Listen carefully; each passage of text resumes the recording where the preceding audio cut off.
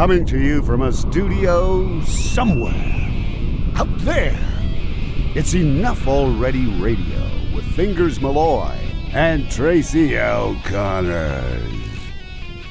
Good morning, good afternoon, and good evening. Once again, it's time for another Enough Already podcast. I'm Fingers Malloy. Fingers Beto Malloy.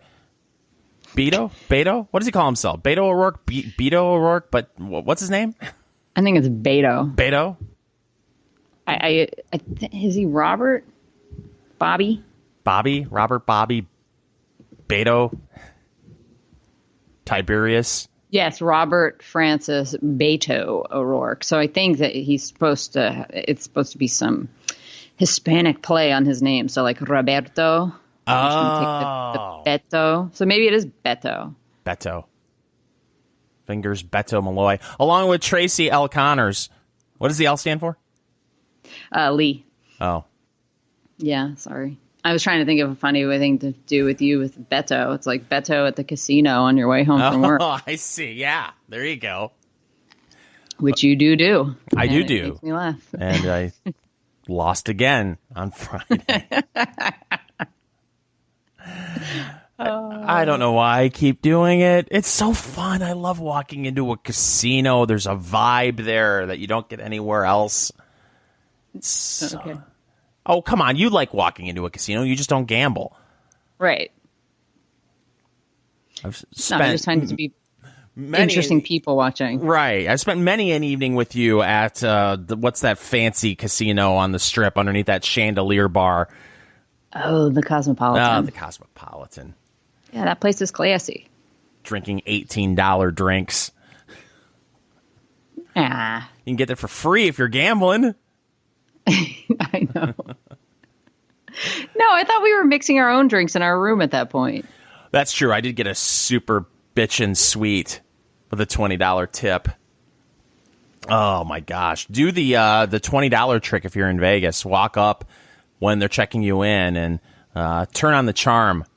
That's what you need to do. You need to turn on the charm. That's what I do, Tracy. I turn on the charm and say, hey, do you have any free upgrades available? And then you have a $20 bill in between your driver's license and credit card. And then the front desk clerk starts typing away like a mad person. And then, boom, I went from having a basic little room to a huge suite with a wet bar and a living room and a jetted bathtub in the middle of the room and a whole bunch of other shit I didn't use. But it was great. Yeah, it was nice. But anyway, we have a lot to talk about this week because it's been a week and a half, 2 weeks since we've last done a show. 2 weeks, right?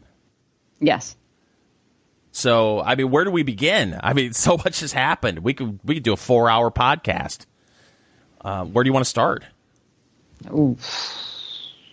I don't know. I never know if we should just go chronologically or start with what we've been talking about the most for the last 24 hours to each other. Let's do that.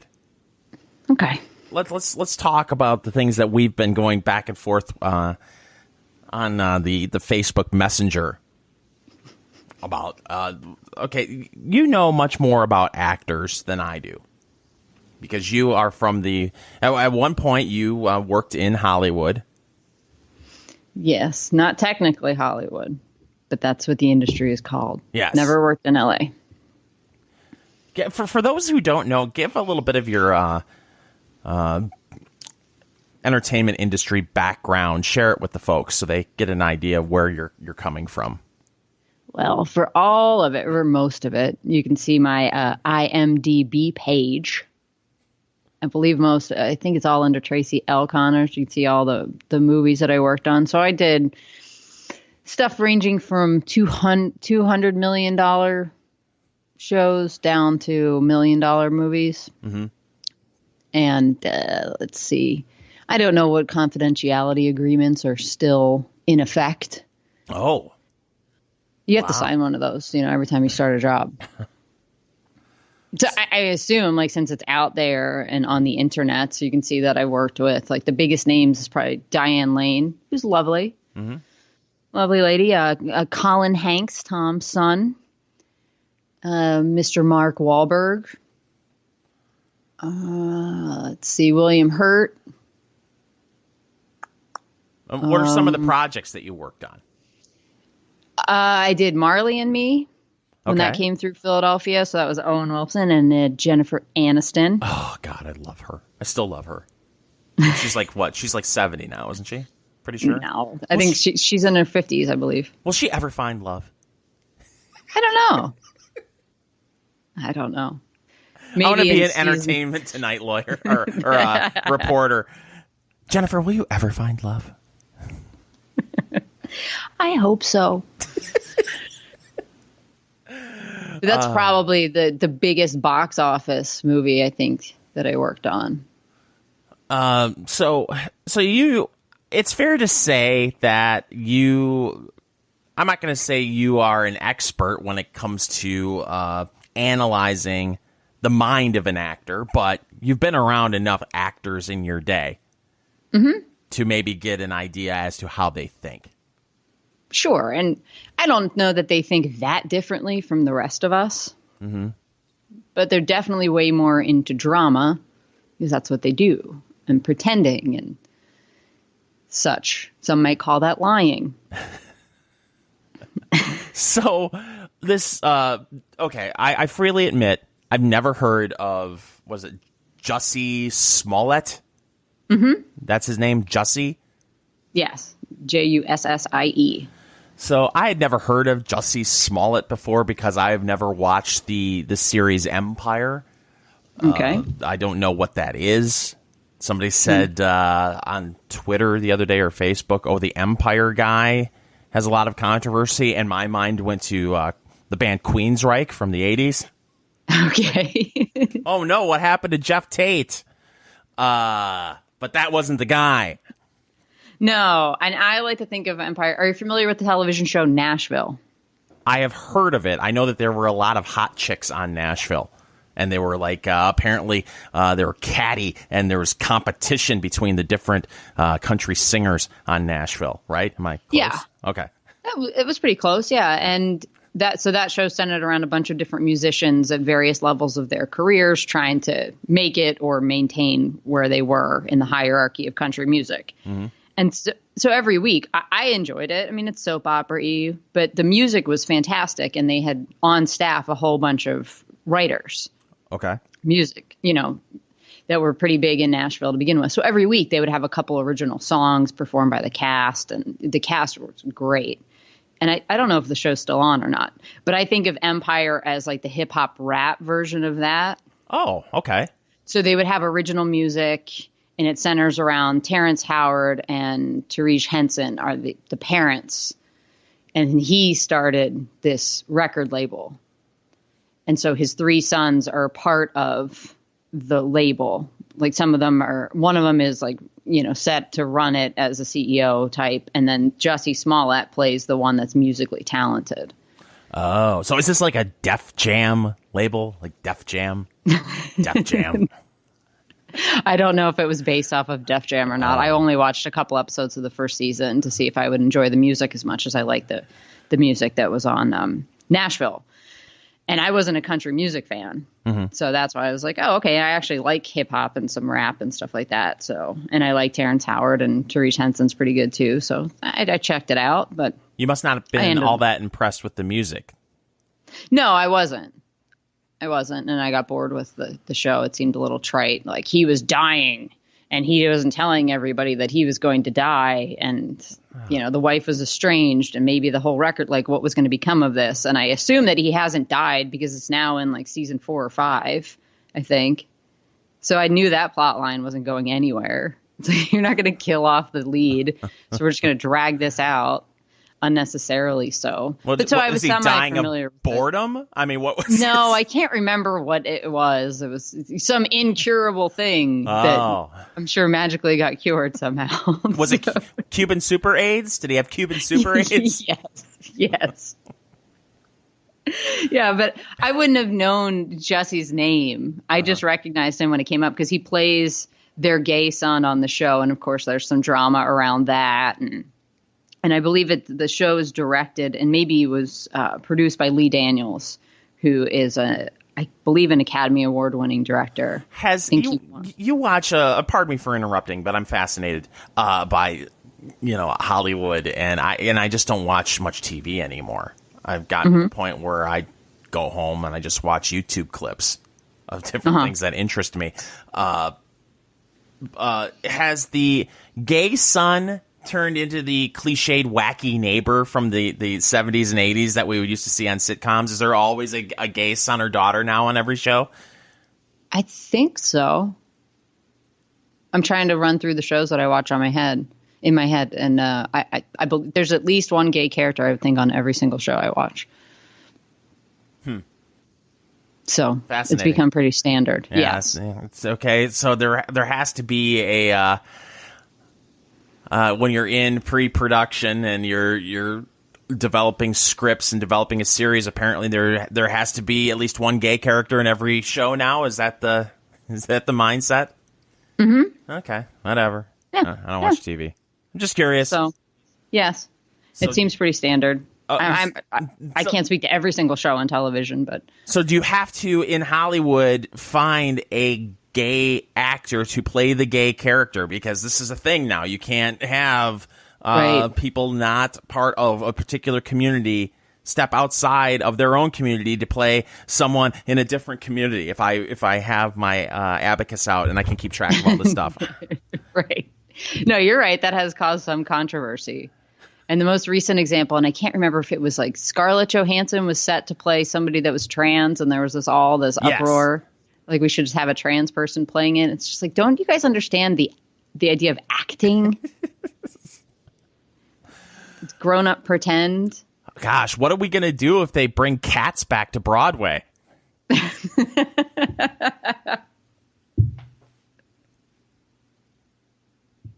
Oh, I don't know. I mean, my God. Oh. So anyway, okay, so Jussie Smollett was part of the show Empire, still is as far as I know, but that may change very soon. Yeah. Or maybe it won't. Who the hell knows? So he comes out. How long ago has this been now? Is it 3 weeks ago? I think it happened on January the 29th, I want to say. Okay. And so the first thing that happens is he received a letter in the mail. Mm-hmm. And I don't know if you've seen this letter. I just saw it for the first time yesterday. And I almost wet myself laughing at the ridiculousness of it, that anybody would have taken it seriously. It looks like it was written in crayon. Okay. The envelope. And if I were going about doing this to myself, I would have done it this way. I would have taken that crayon and used my left hand, which is my non-dominant hand, to write the address out. Mm-hmm. So that's what it looks like. It looks like, a 5 or 6 year old wrote it. Mm-hmm. So the return address is MAGA. In red crayon. And then it's got apparently the address of the show. So it was sent to him at the show. And then the actual letter itself is clippings from different magazines. And I can't even remember what it says. Let me see if I still have the photo up on my desktop because I saved it for all time. Well, while you're like, I want to buy this and frame it. While you're searching for this, I mean, this is one of the things we talked about during the whole Stormy Daniels thing and the Trump dossier, where when leftists want to come up with some sort of fake story about a Republican or someone on the right, it's directly out of central casting.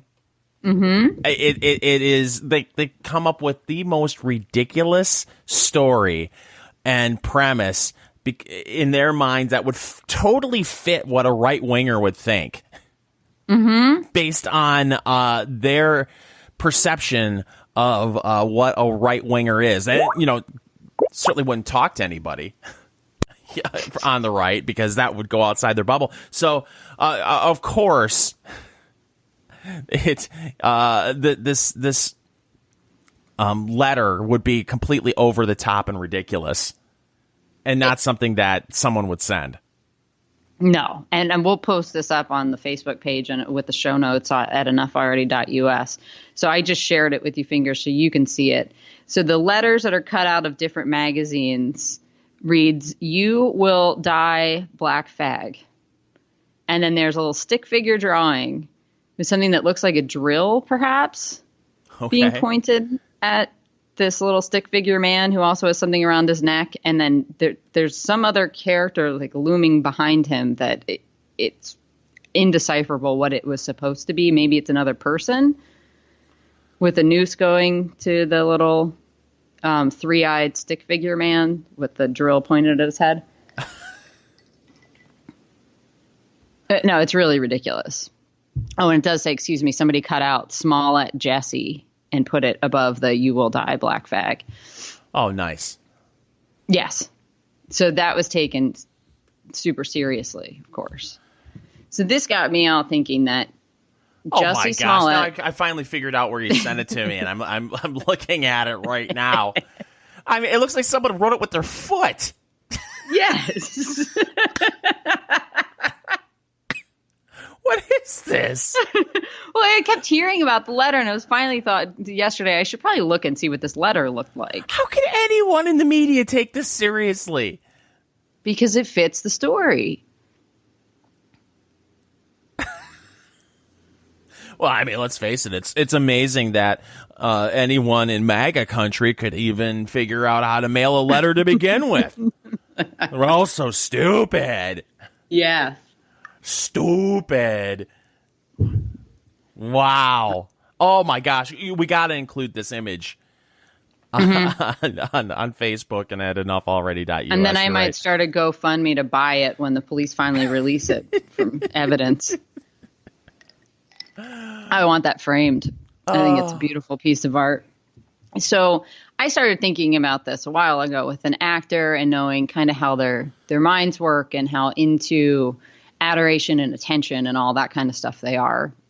Mm-hmm. And I also figured that a lot of them, most of the people that I worked with, at least in the departments that I was in, which was usually what's called the AD department, the assistant director department, I would say 75 to 80% of those people wanted to be writer directors. Okay. And a lot of actors, I think, want to be directors. You'll see that as shows progress over the years. Yes. You know, when it gets to like season 6 or 7, you'll see, it was directed by one of the cast. And they all become executive producers and all this stuff. And that really makes sense because especially if it's a successful show, and I go back to something like Friends, where you got someone like David Schwimmer. You know, if he's smart, he knows, okay, he's always going to be Ross. He tried having a movie career. I think The Pallbearer maybe was his feature film, and it bombed. So yeah, he did play Robert Kardashian very well. That's true. Kimmy. what was he saying? I can't remember, but it was funny. Yeah. But you got to make a transition if you want to stay in the industry to do something else. And some actors, if they're on a huge TV show, they try going into theater and, because they know that it's difficult to find another television role and if you flopped in movies, you're not going to do movies. So it makes sense for them to want to transition into directing. Yeah, and it's so easy. Imagine directing an episode of Friends in season 7. Right. What are you actually doing? Everybody already knows their deal. You're not coaching them of how to act through the scene, really. So my guess about what happens, because this is typically what happens on a film set anyway, is they come in, you first thing in the morning before everybody goes to hair and makeup, you run what's called a blocking rehearsal, where they act out the scene and kind of see where they're going to stand and all this stuff. And then they go away, and then the director goes away as well, and the director of photography decides where all the lights and cameras go. Mm-hmm. And then the director just shows back up to set when the actors come, and they decide whether or not they like the take. So it's not that hard once something's a well-oiled machine to step in and direct an episode. Especially when 95% of the scenes that are being filmed are either in Joey and Chandler's apartment, Monica right. and Rachel's apartment, or Central Perk. You've got 3 places where you're going to be filming 95% of your shit. So, And if you're at season 7, like you said, do that in your sleep. Yeah. You're not being very Chandlery. We need to up the Chandler, please. Come on, let's get real. So my thought became, okay, Jussie took it upon himself to script this whole thing. Mm-hmm. Then he's directing it. We've now learned that he most likely paid these guys to attack him, so he's producing it. And he's starring in it. Well, see, and this is where he made the mistake. He should have made it a one-man show. If he could have figured out how to make it a one-man show, he may have gotten away with all of this. But the fact that he brought people in may be his downfall.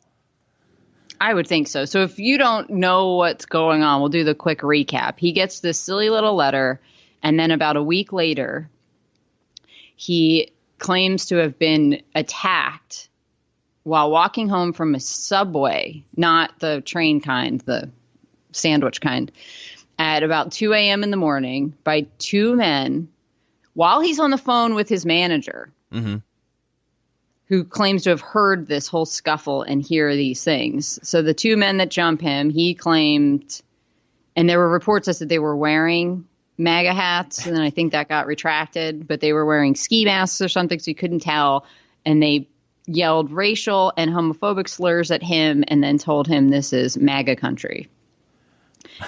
And then they put a noose around his neck that was a clothesline type of rope and dumped bleach on him. And then he goes back to his apartment, still with his little sandwich, and goes to, I guess, a neighbor to tell them about this. And it takes the neighbor about 45 minutes to convince Jussie that he needs to call the police, at which time they come in. Well, I think that's also where he screwed up. And Mike Cernovich, who is the preeminent hoax expert in the country, and if you haven't seen his doc, I highly recommend it, pointed out that he screwed up by involving the police. If he hadn't involved the cops, everybody would have believed his stupid story. Right. But once you get the cops involved, they're going to start investigating, especially when the media blows this thing up like crazy, which was inevitable. Right. And so the cops start investigating. He goes to the hospital. He has a little cut under his eye and all this kind of stuff. And then the story slowly starts to unravel. After, everybody's jumped on board and this is an outrage. And I think maybe every single Democrat that's running has had to comment on it. And of course. Because, it's MAGA country, so it's a good opportunity to slam. This is all Donald Trump's fault. Yes. For fostering this environment of hate. Oh, and supposedly they recognized him, too, which, as multiple people have pointed out, including Gavin McInnes, who went right on the record when this happened. He recorded a podcast that day to be like, I think this is bullshit. And I just want to get on record because it doesn't make any sense. He's on this show that most of the people that he would imagine would be MAGA country would never have watched. Right. And they're roaming around the streets of Chicago at 2 a.m. waiting to jump him. And they recognize him and say, oh, you're from Empire, this and that, and then beat his ass. So there were a couple Chicago reporters that were really great and stayed on this story and kept, asking the police for updates and all these things. So at first they were looking for two suspects that they had on security footage. And I had heard they turned out to be like vagrants or something like this. And everything except for the attack so far has been captured. They've found footage of it. So there's about a minute or so where they can't account for the two men and our hero, Jussie. And so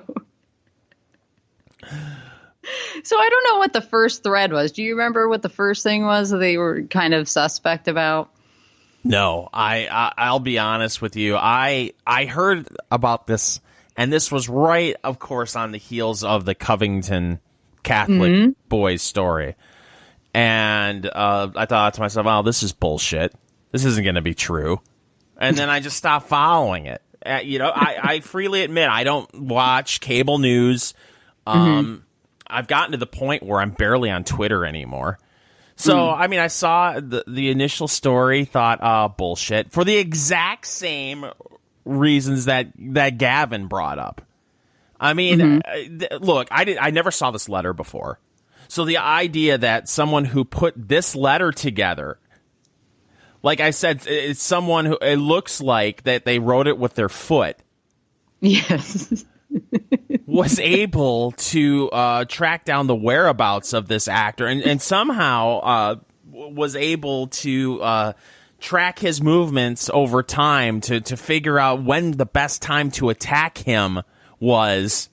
Meanwhile, you look at the letter now and you're like, oh, this person, is that even a functioning adult? How do you go from being a complete moron who looks like he writes with his foot 1 second to swing it to the other side of the pendulum? You're so good at tracking someone's, finding out where the person lives, tracking his movements to know when he may be alone, to jump him at 2:00 in the morning in Chicago. How is that possible? It's not, as we've come to find out.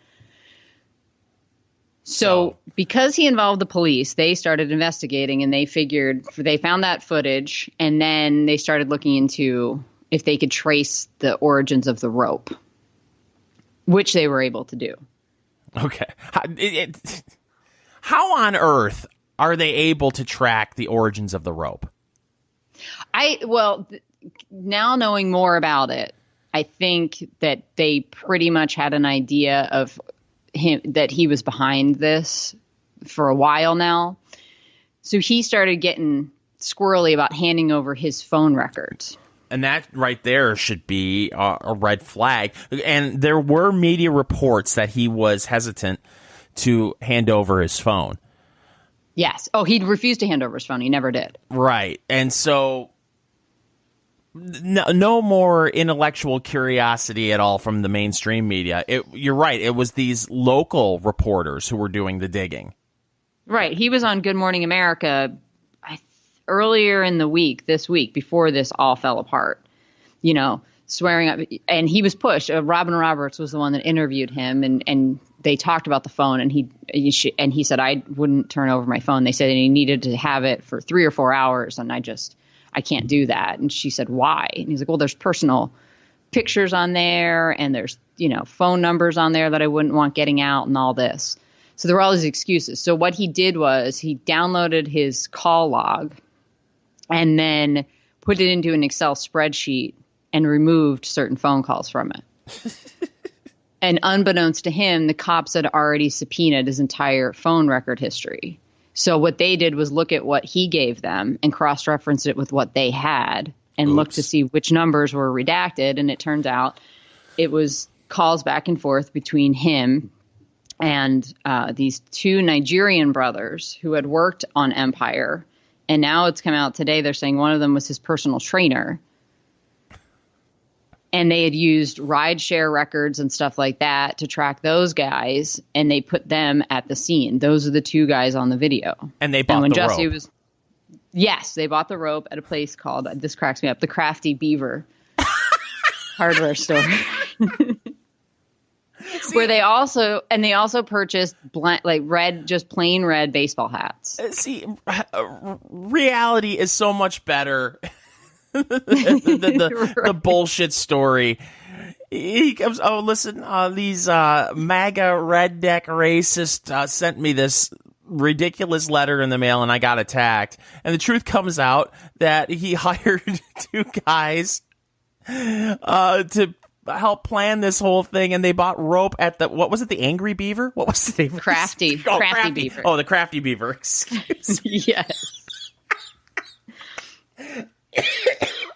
Oh, no, and classic. so those two guys, they're saying he paid them $3,500 before the attack, and then $500 after it was completed. Like, he lowballed the hell out of them. Yeah, like that's some shit. And then they're saying that they ran rehearsals. of course. So it's amazing to me that he would go through all that. You could have just said you got beaten up. Yeah. You don't actually have to get beaten up. So you could have said somebody spit in your face and said those things. But the fact that he actually paid somebody to kick his ass is mind-boggling to me. And they went through all these theatrical lengths, like let's get a rope and make a little noose, and let's get red hats and all this, and we're totally going to get away with it. And we would have, if it wasn't for you pesky meddling Chicago PD. And isn't part of the story, and again, like I said, I was fascinated when the news first broke, and I thought to myself, wow, this is something, this has to be a hoax, and the media is going to run with it, especially the cable narrative network over at CNN. And should I pull up, do we have the montage? I believe we do. Let me see here. Let me pull up the montage of clips of the mainstream media, and it's not just CNN running with this story. Let's see here. Where am I looking on our show prep clip sheet? I think it's actually in a Facebook chat. I'll see if I can find it. Okay. But it was clear that this to people that have watched how the left operates with these hoaxes and how the media covers them.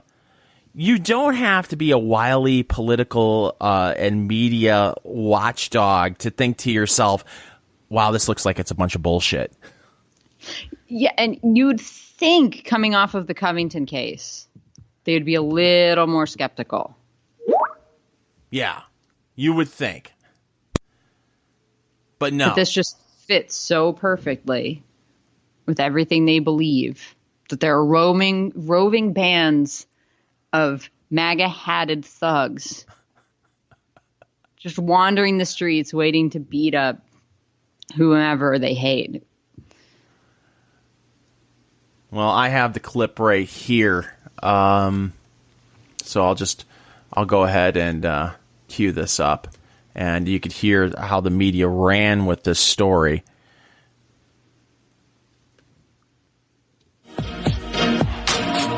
Beaten with a noose around his neck.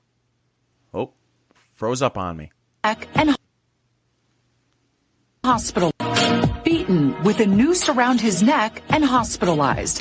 Empire star Jussie Smollett was the victim of a vicious, racist, and homophobic attack. His attackers hurled racial and homophobic slurs. Two people yelled racist and homophobic slurs. Racial and homophobic slurs. Not only homophobia, we're talking about racism. We're talking about hate with steroids. They are looking for two suspects who were apparently wearing Make America Great Again hats. The offenders uttered, "This is MAGA country." The hate crime went down early this morning in Chicago. Officials are investigating the alleged assault as a hate crime. And now police say they're investigating this as a possible hate crime. Anyone attacked in a hate crime like this is an outrage. This is stomach-turning, mind-boggling information. It's out of control. Speaker. Okay. I'm stopping in the middle of this clip. Look, if this story had been true, it's an ugly story. I agree. It's something that no one should have to face in this country. These reporters, especially the white liberal reporters, I mean, they look like they're in physical pain, Tracy. Like, this is the worst story they've ever had to report on. And you know damn well they're just doing it for show. Mm-hmm. It is so ridiculous. The reaction from some of these reporters. We should put this clip in the notes as well, because look, like I said, it's a really shitty thing if it's true, but the anguish, like, oh my god, this is the worst thing I've ever seen in my life. Like, how long have you been reporting? How long have you been in the media? This is the world. You're acting like this is you just watched 30 children get decapitated. Yeah, I mean, it's a terrible story if it's true, but it's one of many terrible stories in a day. and if you listen to them, they're not putting any caveats in there. They're not saying an alleged attack. Right. Doing that typical, cover their ass in case of lawsuit things. They're fortunate that they aren't going to get sued for this one too. Because who's going to sue them? Yeah, I don't know who could sue them, right. Well, let me continue with the clip. Speaker of the House Nancy Pelosi tweeting the racist, homophobic attack on Jussie Smollett is an affront to our humanity. And Senator Cory Booker said the vicious attack on actor Jussie was an attempted modern-day lynching. Kamala Harris calling the attack an attempted modern-day lynching. But I'm so shaken by the story. This is horrible to report. This is a horrible story. This is a horrible story. Yeah. Oh, my God. She's so shaken. It's so horrible. This is MSNBC, by the way. It's so... I don't know. I can contain... Can someone step into for me for the next 5 minutes? I don't know if I can go on. Oh. Oh, shut the fuck up. Seriously. Well, and you have to wonder how many of them off air were like, I don't know. Right? Yeah. Did you see that letter? It seems a little wonky. Hey, really play the story up, okay? Act like you're really anguished. After the Covington kids, we need a win. We need something to push them out of everybody's minds. Oh, my gosh. This is almost over. Put something front and center. Yeah. I mean, the circumstances are just horrific. Horrendous and unacceptable. Absolutely despicable. Yeah, a lot of people can't believe this is actually happening in 2019. It's because it's not actually happening. Yeah, it didn't. And yet you all believe it. Or at least pretend to. It's hard to believe that we're reporting, that we're even saying words like this in 2019. And this is America in 2019.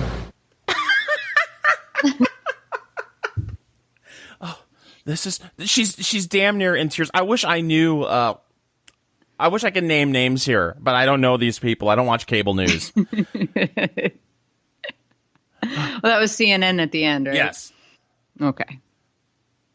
So it was mostly CNN and MSNBC. Yes. Reacting. With snippets of a Al Sharpton. I don't know. That's an Instagram video, but he's filming it on his cell phone. But I mean, my God, they're in such pain. The anguish these people are going through reporting on this horrible story. It took a lot of it took a lot of courage just to report this story. It really did.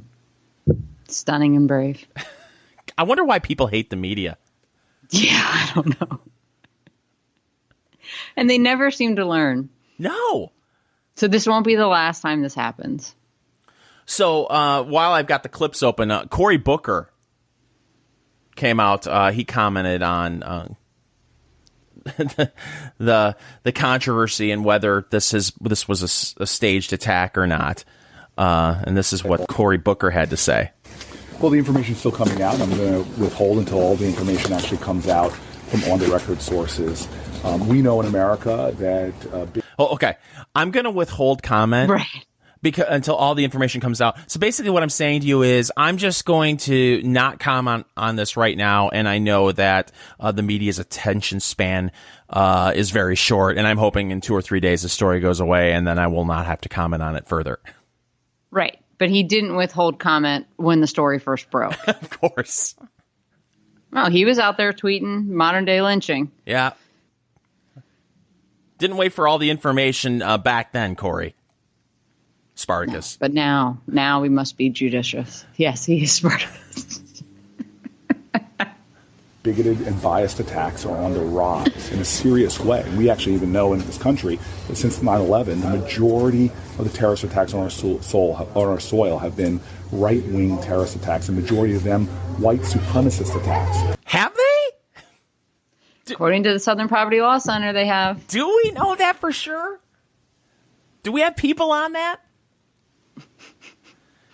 It's counter to the uniform crime report that's put out by the FBI, but who are they? We can't trust them.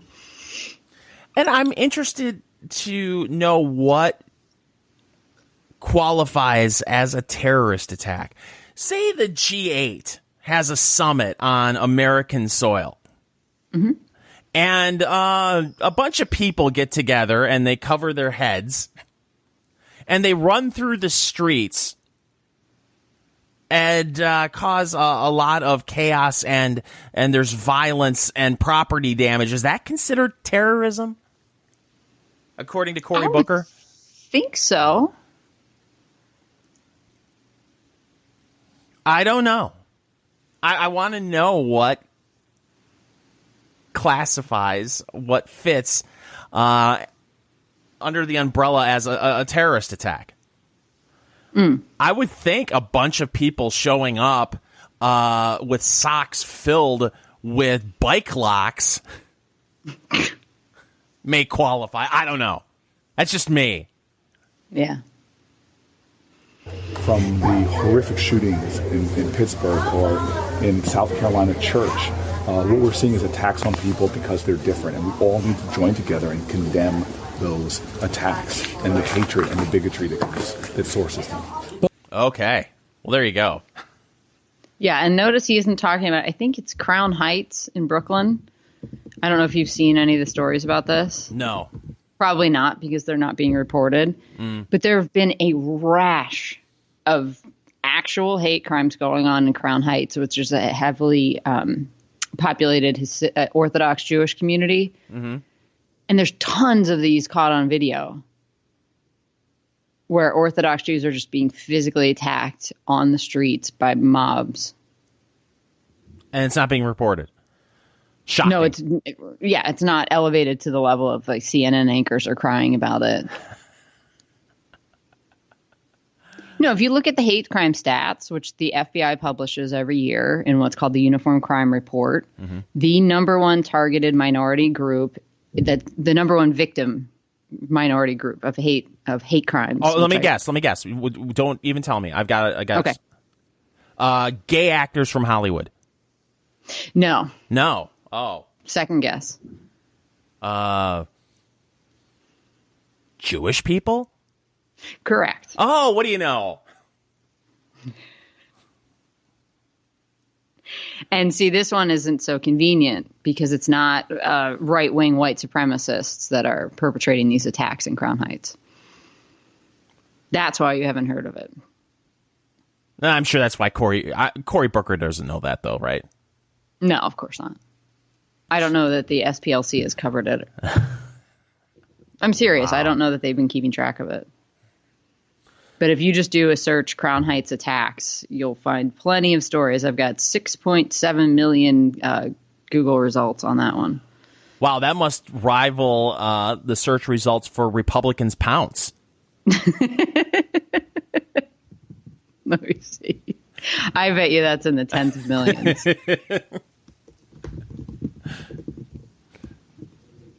No, that only has 400,000. Oh, only 400,000. Oh, wow. Yeah. I don't know what the time frame is, but yeah. And some of them are the right making fun of that idea. Like the first one that comes up is a Washington Examiner story. You know, I saw a story. This wasn't in Crown Heights, but I think it happened last week where a guy in, I believe it was London, attacked a 101-year-old Holocaust survivor. Ugh. Killed her over $20 that was in her purse. That's disgusting. I mean, a god-awful story. The kind of story that you would think would rise to the level of CNN. Yes. Anchorettes. Oh, this is 2019. This is the kind of stuff we're seeing in 2019. Oh, my gosh. Seriously. I mean, it would be an awful story if it's true, but it's not true. And the media just ran with it because they so wanted it to be true. Or just figured it would be true. Because that's how, that is MAGA country right there. And I got to, since we're bringing all this up, and now I'm going to sound like a conspiracy theorist. But what the hell? Why not? I find it interesting that there was a story about this Trump supporter at a campaign rally attacking a cameraman. Did you see that? I heard about it. I didn't dig. Well, neither did the media. What a shock. Yeah, they found apparently there was this guy in a MAGA hat at a campaign rally. He attacked a cameraman allegedly, and they rushed him out of the event. And the media ran with it. Oh, this is nothing compared to what we usually have to deal with at a Trump rally. It's so terrible. Oh, it's god awful. They call us names. I'm curious as to why after that event happened and after the alleged assault took place, police at the time, and I haven't followed up, they released him without charging him. And they have video footage of him being escorted out. We have pictures of him. And yet, where's the doxing going on by the mainstream media trying to find out who this person is? How come we don't know this guy's name? That's a good question. Could it be that the whole thing is bullshit and the guy is a left-winger? I mean, you don't have to go through a background check to buy a MAGA hat. Right. No, and we know from what O'Keefe exposed in 2016, what was that guy's name? Robert Creamer, that they have on camera talking about how they were sending in agitators. Yeah. This is bird dogging. Yeah. But I find it fascinating that within 4 hours of the Covington incident, that we knew the kids' names. It was simply amazing how quickly we knew these kids' identities. Yet, here you have someone allegedly attacking a member of the media, and yet we know nothing about him. And I'm not saying that we should be trying to go and find his identity, but why hasn't the left gone out of their way? Why wasn't his name plastered all over the place? He's attacking the press, Tracy. And he's a MAGA supporter. He's a Trump supporter, allegedly. So you would think that people would want to identify this person. I mean, this isn't a situation where there's a dispute over whether he misbehaved in some way. There are witnesses saying that he assaulted a cameraman in public. You would think that someone that did something like that, there would be an incentive to identify that person, even if he's not being charged. But yet there's nothing out there from what I've seen. There certainly isn't the push to find out who this guy is versus those kids with those smirks on their faces from that Catholic high school in Kentucky. No, and I find it very interesting. I did a Google search for it. And I will tell you in a second how many results there were. 3,740,000 results for cameraman attacked Trump rally. And the most recent story about it is from 5 days ago. Why is as that? are most of the stories in this whole thread. I went 14 pages deep, and it's all 5 days ago. So That's a very good question. Yeah, what you can do in a situation like this is, okay, we want something like this to happen. And we'll let the story go away quietly, but then we can always bring that back as part of the narrative. Well, you had that violent Trumper at that rally in, I think it was Florida. No, I thought this was the El Paso rally. Oh, was it the El Paso rally? So it was the rally in El Paso. Texas. I got a lot of rednecks down there. Yeah. So it just is part of the narrative that they can use, and you don't want to dig too deep because you may find out that the whole thing is bullshit, just like the Covington High School story, and just like this Jussie story. Oh, it reminds me of the Michelle Fields incident. At least there was some video footage of that. Yeah. But then everybody broke that down like this is a Bruder film. Was it a yank? Was it a tug? Why was she bruised like that on her arm? Is she healthy? What's going on? And then that's have enough iron. She's anemic. That story. Oh my God, that exploded. Whatever happened to Corey Lewandowski? What's going on? He's around. Is he around? Yeah, I believe he had a book out recently, and I don't know if he's working at one of the nonprofits or those that are helping to get Trump elected. And the last I saw of Michelle Fields, she released a book that sold 13 copies, and then is she still at the Daily Caller? That's the last I have no clue. Yeah, I don't know. It looks like she's with maybe PJ Media now. Oh, God. Okay, so there's some good people at PJ Media. Oh, yeah. It surprises me that she would be there. So. Well, I think we've talked that subject out. What else? What else do you want to talk about? Well, my favorite, my other favorite story since we've been gone is the whole Green New Deal. Yeah. Announcement and fallout, and I just think it's funny because how long ago we did an episode about it? Maybe a month and a half ago. Yes. Where I was calling for the war against China and India. Well, if we're going to take it seriously, climate change, I mean, you've got to go after the worst actors. Absolutely. And at that time, they had put out kind of a preemptive fact sheet that I had found about it, which turned into a lot of the frequently asked questions that were posted on AOC's little website that had to be yanked because that's where it had stuff about cow farts and, trying to eliminate. I think people are misreporting this. It wasn't eliminating air travel. It was just we're going to make it kind of pointless because we're going to have all these fast trains. In 10 years. Yes. and remember, we talked about this and retrofitting every single building and all that. Oh, and vehicles? I mean, cars and semis are going to have to run off of batteries instead of fossil fuels. Oh, sure. In 10 years. We can make that happen.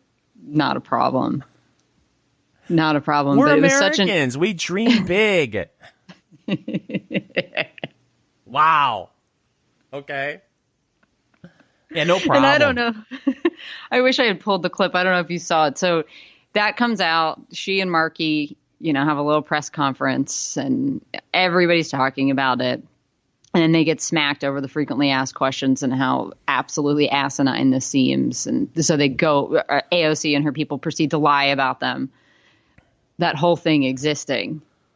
You didn't see that. It wasn't real. That was put out by right wing. I'm not kidding you. Oh, I know. Don't believe your lying eyes. Yeah, never happened. So you guys are all full of it. You just hate this. You hate the environment. You're deniers, blah, blah, blah.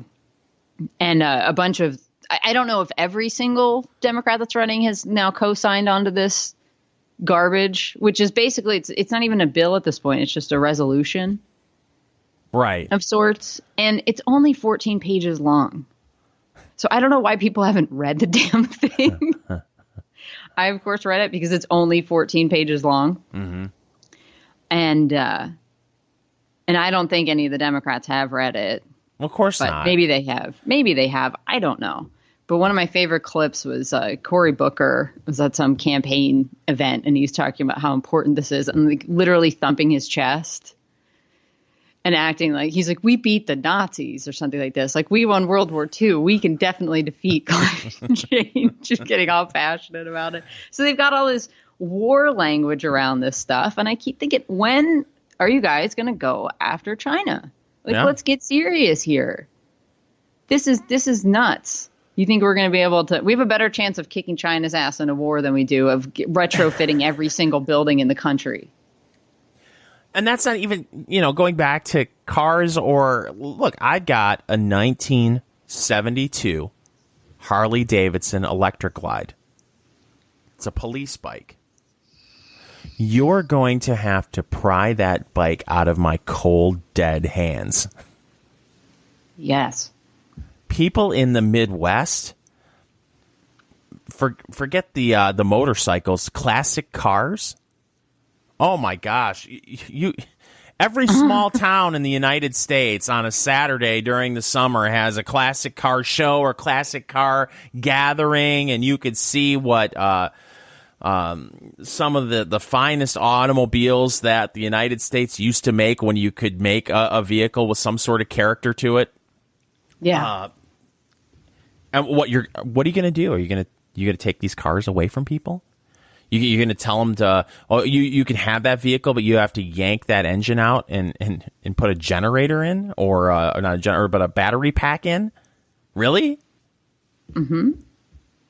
And don't tell them how destructive to the environment the mining is that's necessary to get the elements that we need. I think they're called rare earth elements to make these batteries. And then how do we dispose of those? Oh,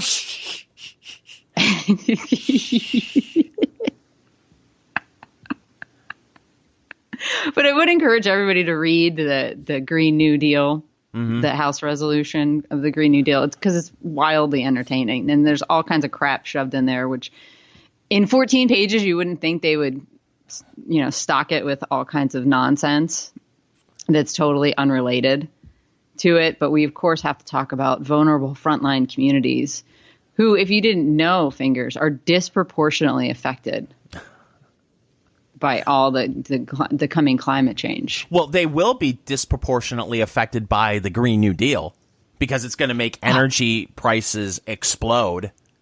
Yes. And food prices explode. And who will that affect more? Is it going to affect Bill Gates? Vulnerable frontline communities. It's a war on the poor. Yes. Most of World the War left's Green, baby. Yeah, most of the left's policies are declarations of war on the poor, repeatedly, but they do it with a way. They do it in a way that it's palatable because they're so likable. I call it political likable lunacy. It's what it is. You could be a complete nut job, but there are people in America that will vote for you if they feel like they would rather have a beer with you than the cold conservative right winger. Oh, you know what? I like that person. I'll vote for them.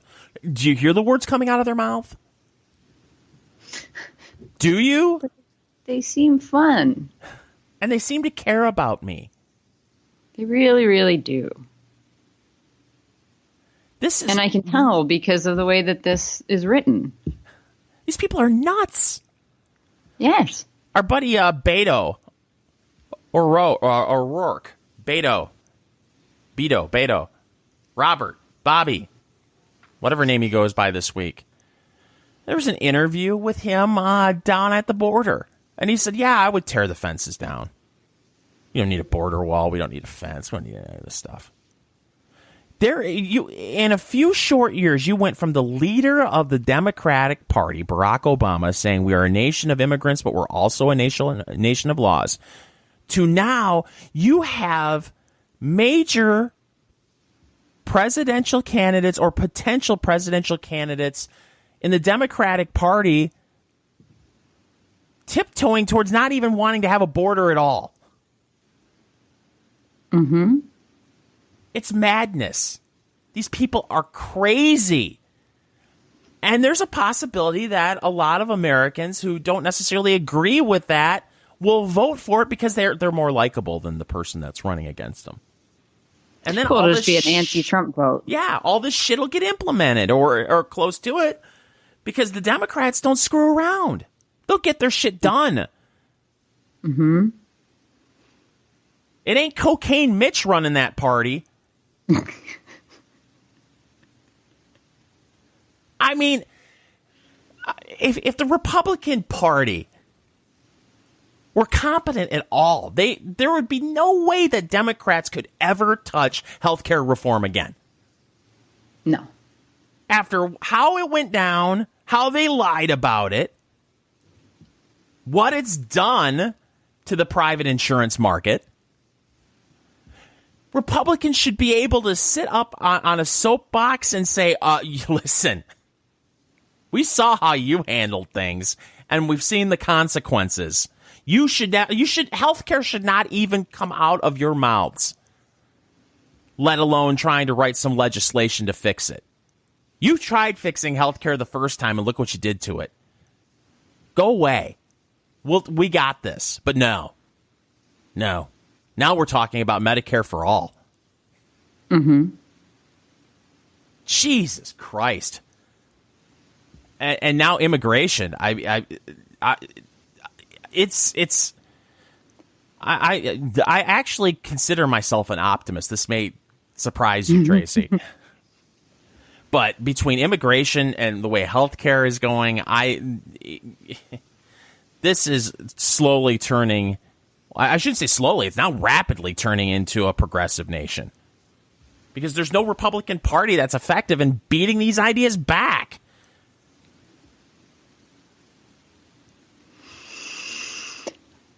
I don't know. This Green New Deal might be a step too far too fast. Okay. And we'll see. I don't know if you know, but Cocaine Mitch has called for a vote on it. Yeah. And that had them freaking out. But they're so good at lying about what they want to do. I mean, they completely lied about... Yeah, but they're usually more subtle about this. They completely lied about Obamacare and got away with it because the media went along with it. Nobody asked any questions. You're going to save $2,500 a month on your premiums. What's your copay? Oh, I don't know. I don't go to the doctor. It's outrageous what some people are paying. Mm-hmm. And I'm not saying that the insurance market was hunky-dory before Obamacare, but Christ, it's out of control right now. And people in Washington, they don't want to do anything about it because it doesn't affect them. Mm-hmm. Honestly, the whole thing is a grift. Yep. You need to try to get to Washington. Once you get elected into office, you're set for life.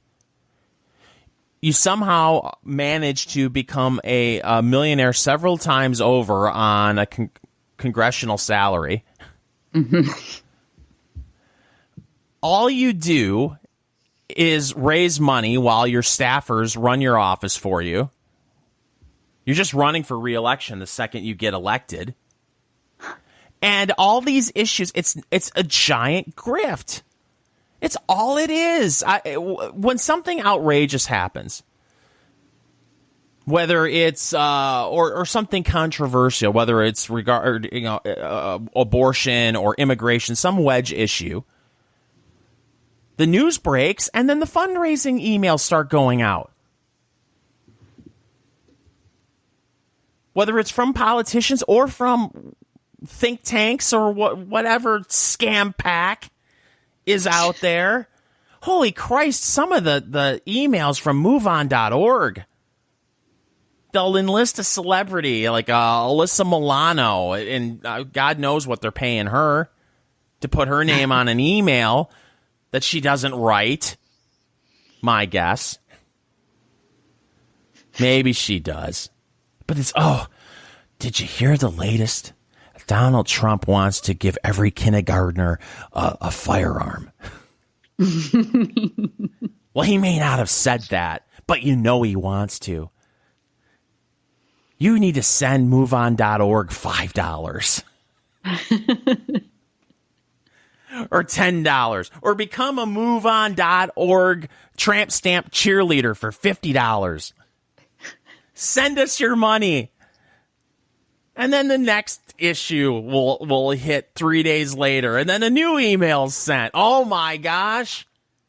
Abortion. Donald Trump wants to ban your birth control pills. That's right. The grab him by the pussy guy wants to take your birth control pills away from you. In fact, I think he wants to ban condoms. We need to stop him. Send us $10. Next week, Mike Pence will be sending out outfits that every woman must wear. We've officially become the Handmaid's Tale. If you send us $25, we can stop this. He emptied out his white vans that he used to throw the gays in the back to take them to the conversion camps. And filled them with Handmaid's Tale uniforms. Send us $25. Oh, man. It's fucking grift. It is. It really is. And maybe someday it'll stop, but I don't see any reason for it. At this point, people are still putting up with it. It's finally going to stop when our currency turns into Zimbabwe's. Yeah. Oh, my gosh. Did you hear the latest? They want to cut Medicare. Send us $5 trillion. Forgo buying a loaf of bread and send us $5 trillion. You can push your wheelbarrows to this address. K Street. Oh, Jesus. I am of the belief now that the best that you can do for yourself and for your family is just come to the realization that Washington is never going to change, that we are going to continue to rack up massive amounts of debt, and you need to do everything you can to try to protect yourself and your family and shield yourself as best as possible from Washington, D.C., because there's just no changing it. If an outsider like Donald Trump can go in there and try to wreak havoc, and this is the result, it's never going to change. If you have someone like Mitch McConnell continue to be the Senate Majority Leader, and when the Republicans eventually lose the Senate, it won't matter. As long as he's in office, he could be 116 years old. Mitch McConnell would be the Senate Minority Leader. They reward failure in Washington in ways I have never seen before. And you would think at some point someone would stand up and say, is this guy really the best and brightest that we have on our side in the United States Senate? And just because he does something right every once in a while, and you have people in Washington who are on the right, who are establishment Republicans who scoff, say, oh, people, you don't understand what a kind of effective leader Mitch McConnell is. Oh, yeah, okay. He saved us from Merrick Garland on the court. Yeah, wow. Okay, so he did something right. What about the major things he's done wrong, and yet he continues to be the majority leader or minority leader? There's no one else that could say, you know what, enough's enough. I mean, when you listen to him speak, when he's on the Sunday shows, is this a man that looks like he can convince the American people of anything? Are you ever persuaded by Mitch McConnell when he speaks, or are you inspired to take a nap?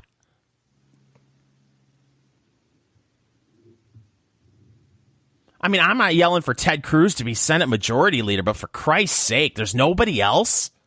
It's just this guy? Help me, Tracy.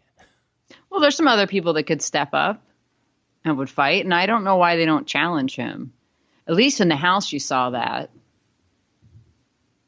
Every time there was a speaker vote or now a minority leader vote, there would be some challenges to the existing order. But then we end up with McCarthy, who's no better than Ryan. It's just a joke. So, look, nothing's going to change. That's my message to you. Out there Change listening. ain't going to come. No.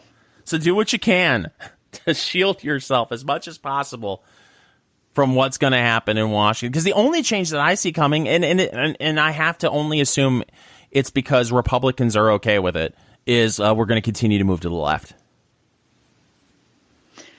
I don't know. I think we'll move there slowly. Like, they're into the incrementalism stuff. This is why, from the beginning, I was saying that I don't think the Democrat Party is that enthralled with AOC, at least the party leadership. And now she's pissed off the entire Democratic Party of the state of New York with this Amazon business. So you've got de Blasio coming after her, Cuomo coming after her. Okay, but in private, you're telling me that they don't all believe in what she believes? I don't know. I don't think so. I don't think Pelosi's that far left. Oh. She likes her planes.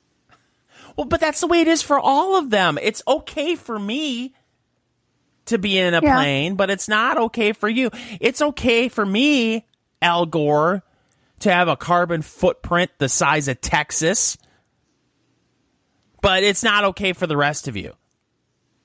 I can give a speech and have my Chevy Suburban sitting outside running for 3 hours with the air conditioning on just to keep it cool. Mm-hmm. But you shouldn't.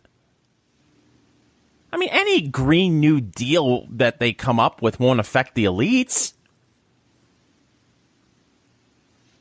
It'll be us. You could be right. But I still think that they're way more into incremental change. Oh, no, I agree with this. But the Green New Deal is the master plan. Yeah. It's just not the 10-year plan. We'll see where we are in 30 years. And by the way, I'm all for progress if they could figure out a way to make solar panels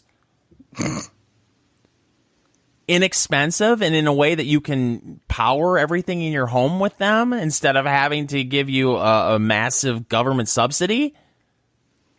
Yeah. A huge tax break to put these things. I mean, if you can, go somewhere and for $800 put something on your home with the batteries. I got a guy I work with. I've told you about him before. He's done all of that.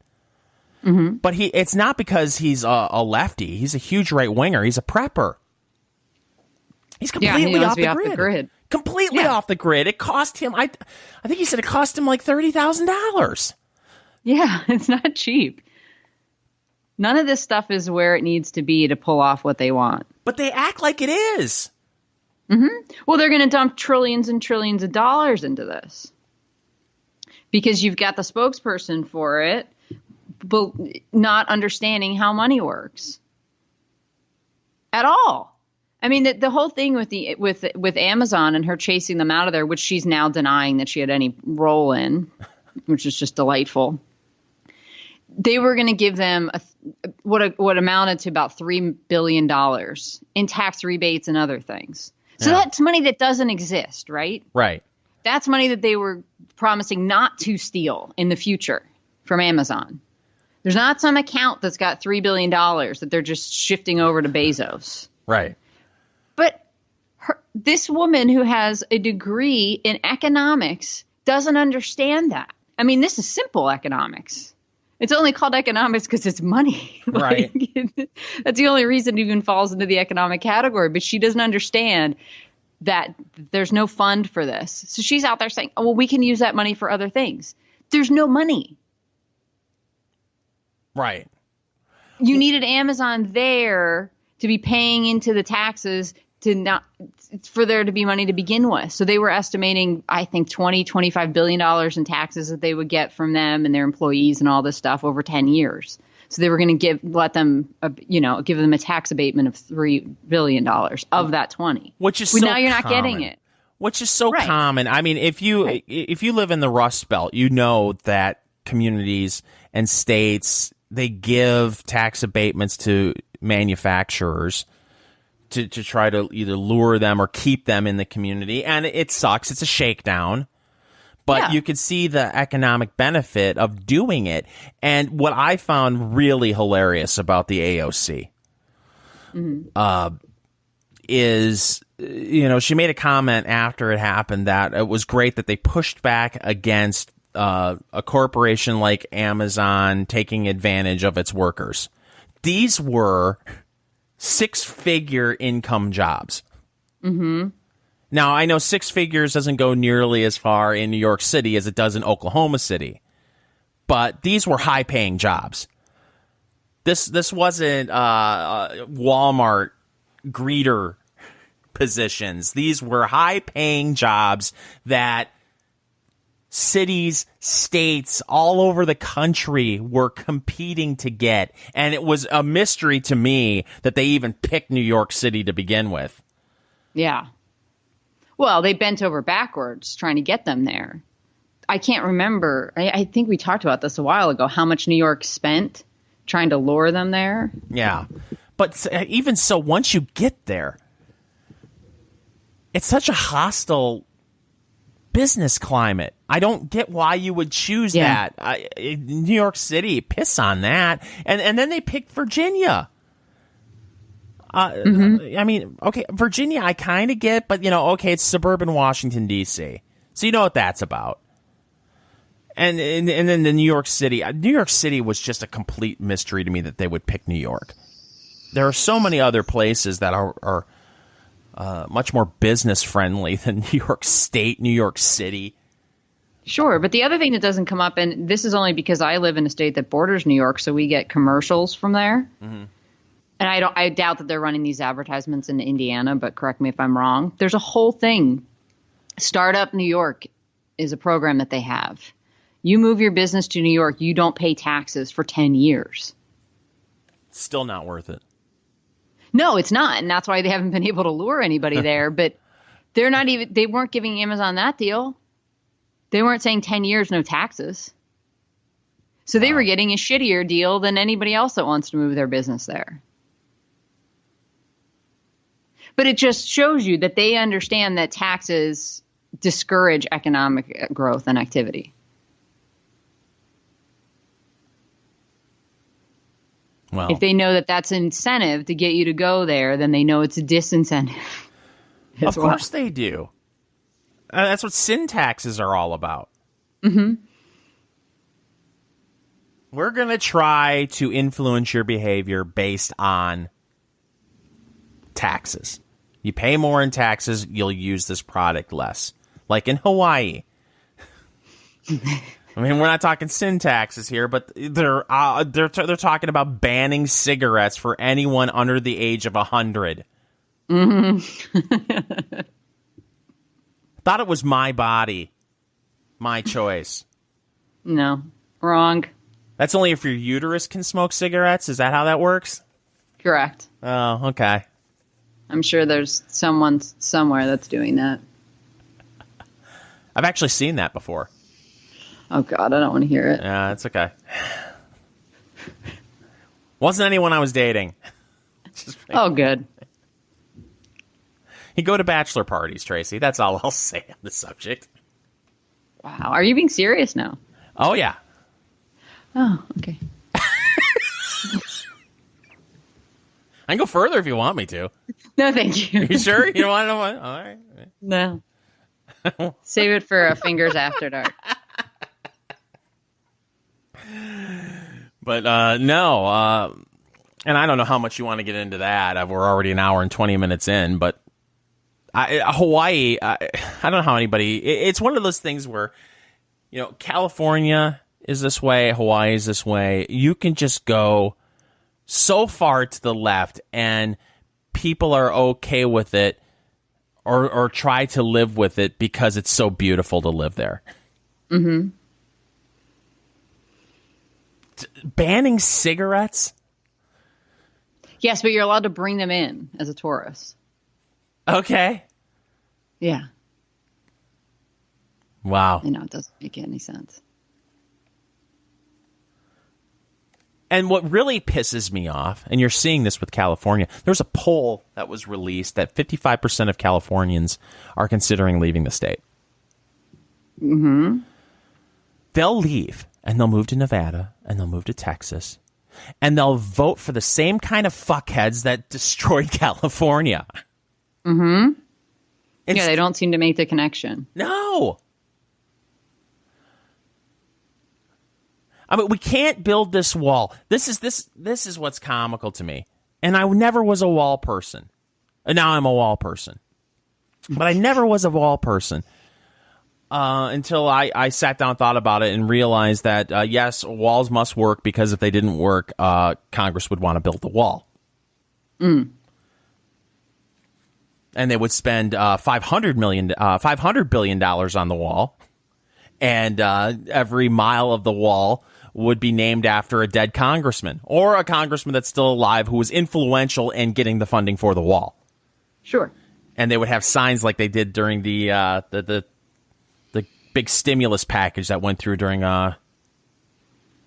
Obama's first couple of years in office. What was the name of that? You remember the Restoration of America something act or whatever. And then you'd be driving down the highway and there'd be the massive construction project.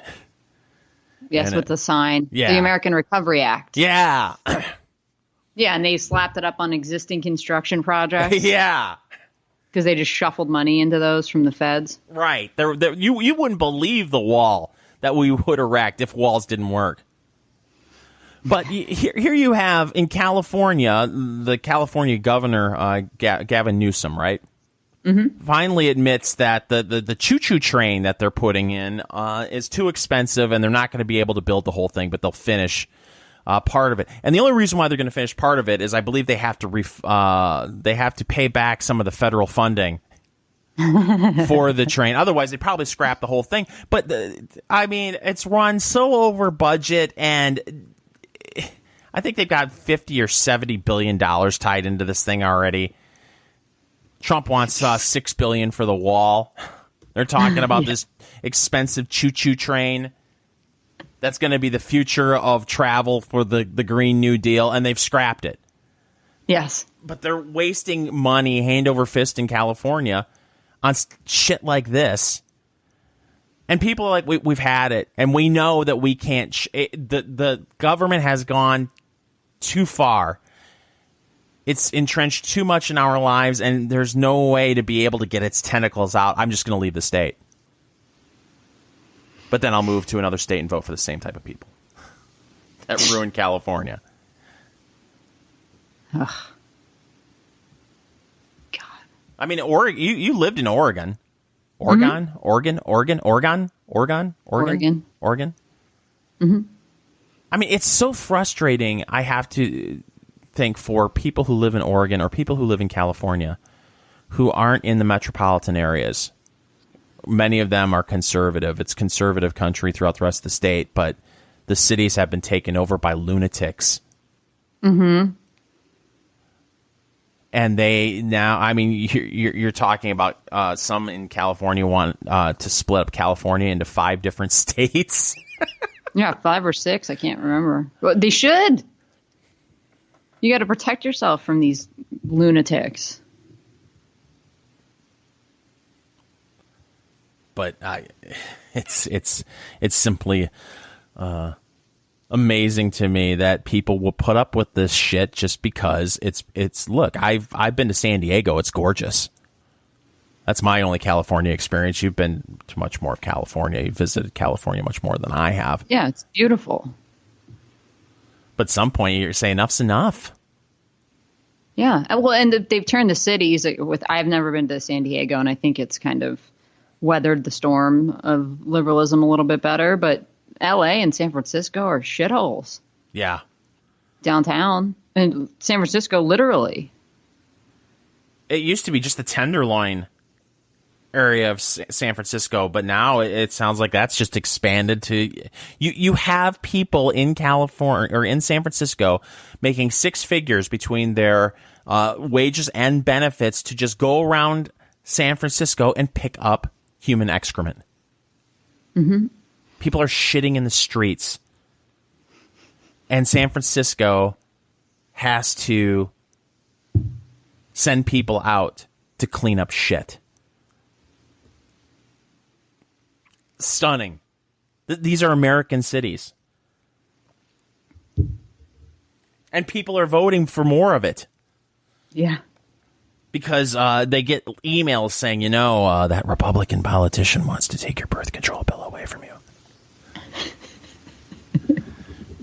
You need to keep voting for me, and we'll hire people. We need more government to bring people in to pick up human shit. I'll be that guy. I will hire the shit patrol that will come in. We'll take care of the shit, but just don't vote for that Republican because he's going to take your birth control away from you. Oh my God, he's going to take my birth control away from me. Or I'm sure in San Francisco it's going to be, they'll get the conversion camps. Yep. They'll be publicly funded.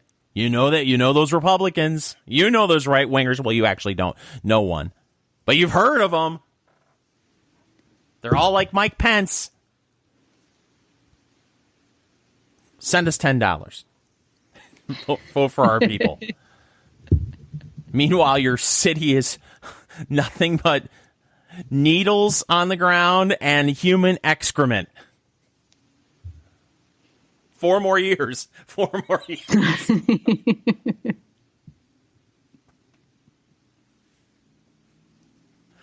Wow. Yeah. Hope they move to Indiana. That's one thing that Illinois has been bleeding. People and businesses, they flock to Indiana. Now, as long as the people that move here don't vote the way that they did in Illinois, they'll be okay. But Illinois is a train wreck. California is a train wreck. New York. How could you celebrate Amazon initially announcing that they're going to move to your community and then say, oh, you know what, we changed our mind? And you celebrate that? That's insane. And then people in the media and some on the right are wondering why the AOC gets so much attention from right-wingers. They should make her the poster child of the modern Democratic Party. She is. They need to make her that. Show people. But the problem is she's likable.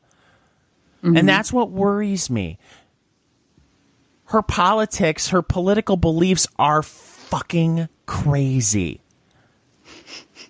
But look at this cute dance video she has. It's just like the Breakfast Club. She's just like me. I want to vote for her. Well, I've started thinking of her as her whole story as another Legally Blonde movie. I don't know if you've ever watched any of those. Believe it or not, no, I have not. That's not in my wheelhouse, But so Reese Witherspoon's the lead character in those, and everybody thinks she's kind of stupid and whatever. She usually ends up winning in the end because she's not as dumb as everybody thinks. And I don't think Ocasio-Cortez is as dumb as she comes off to everybody. So that's what it is. She kind of has that like, oh, gee whiz. Is this how things work? Okay. We can do this, guys. We'll work together. But I did see a meme that I quite liked that was MABA, make Alexandria bartend again. And I think she's going to do it to herself. With the Democrat Party in New York this pissed at her, don't be surprised if they get somebody to run against her. Oh, I said that before she got sworn in. Mm-hmm. You cannot be, you say what you want. Same thing about Nancy Pelosi, okay? You could say the exact same thing about her. People think that she's an idiot. Yeah. She's not the best in front of a microphone or in front of a camera because let's face it, when you really aren't challenged, you're not challenged by the media, you're not challenged by any credible candidate in your district, you get lazy. So she's not very good in front of a camera, in front of a microphone when you're never challenged about your beliefs. So people want to assume she's dumb. She's not stupid. Nancy Pelosi is not dumb. You don't rise to the level that she's risen to, and you aren't. She's a fundraising machine. Mm-hmm. That's the reason why she's still Speaker of the House. You don't get there by being a dummy. AOC's not a dummy either. People need to understand that. So I totally agree with you. But Nancy Pelosi's not going to put up with this shit. Nancy Pelosi will be like, bury this woman if she's going to continue to be a thorn in my side. I mean, look, didn't Nancy Pelosi come up with some kind of green panel or something, and she didn't put the AOC on it? Yes. That should tell you something right there. Uh-huh. Play ball. And you need your state party on board with you to help you run for re-election. What was it? Jim Crowley? Was that his name? Joe? Jim. Yeah. Who she ended up beating in the primary. He may come back. Well, there could be somebody else. And who knows? Maybe there'll be a Republican that gets their shit together and runs in that district. And all they have to do is run on the fact, hey, she killed 25,000 jobs. Yeah. And all the ancillary jobs that would have come around that. Imagine if you have 25,000 people plopped in there now. What does that do for the existing businesses around there? Well, I still don't understand. What other tech companies are then wanting to come to New York? Yeah, I still don't understand how people who work retail can live if they're working retail in Manhattan. I have no idea. You work at a Starbucks in Manhattan? You work at a McDonald's in Manhattan? How the hell do you pay the bills?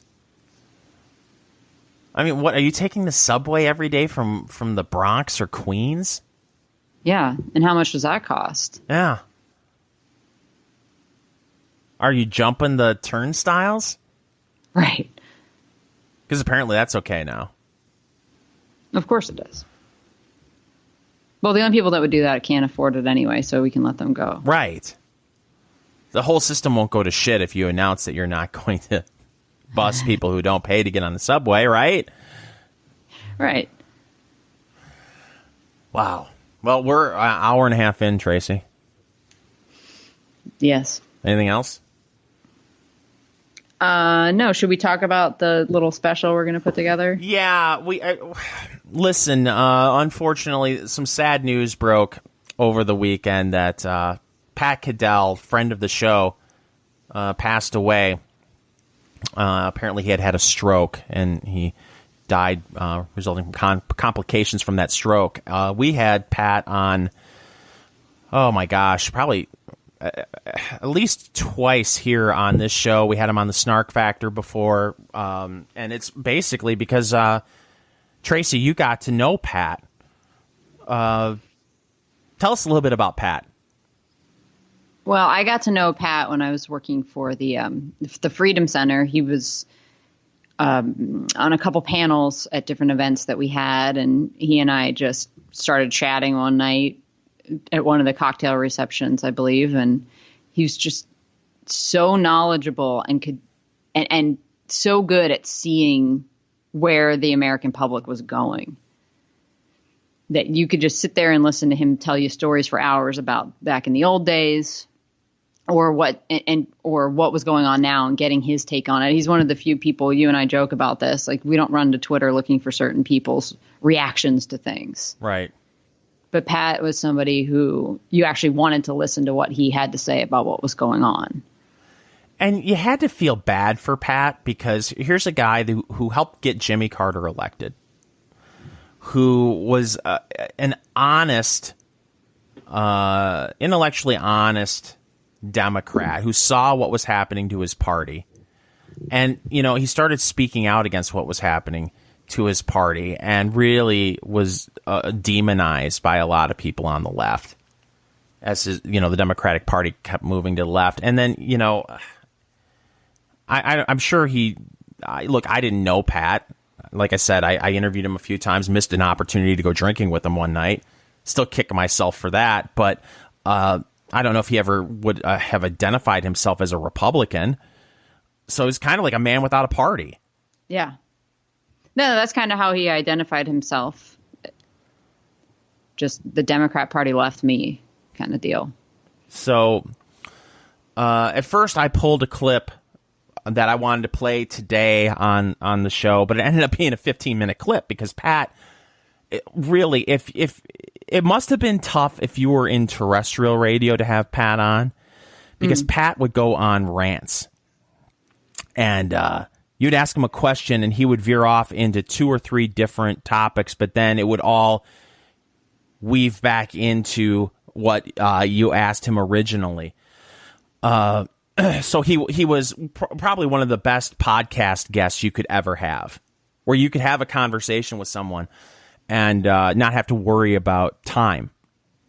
Mm-hmm. He was fantastic on this show.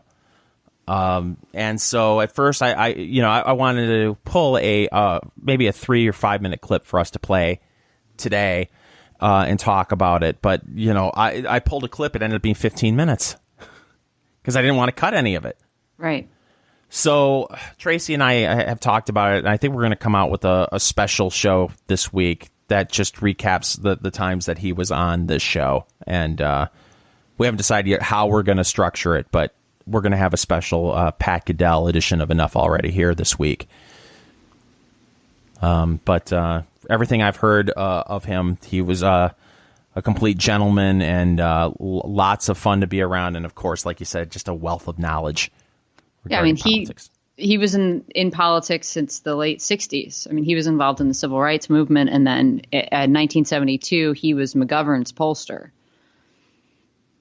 And he was this young savant that just could crunch numbers, but also really good at polling. And he developed his own polling style. Like, he's referred to as a self-taught pollster. Yeah. Well, so I know it gets criticized for saying, but for people to say this, but I don't give a shit. My thoughts and prayers go out to Pat and his family. I guess he had one daughter and some grandkids. Mm-hmm. So just incredibly sad news because he seemed like a genuinely a nice man. So we'll have something coming out this week. Anything else? No. All right. Well, you can find the Enough Already podcast on Stitcher, SoundCloud, Google Play, iTunes, YouTube, and BitChute. Am I missing anything? Nope. No, I'm not missing anything. All right. Final thoughts?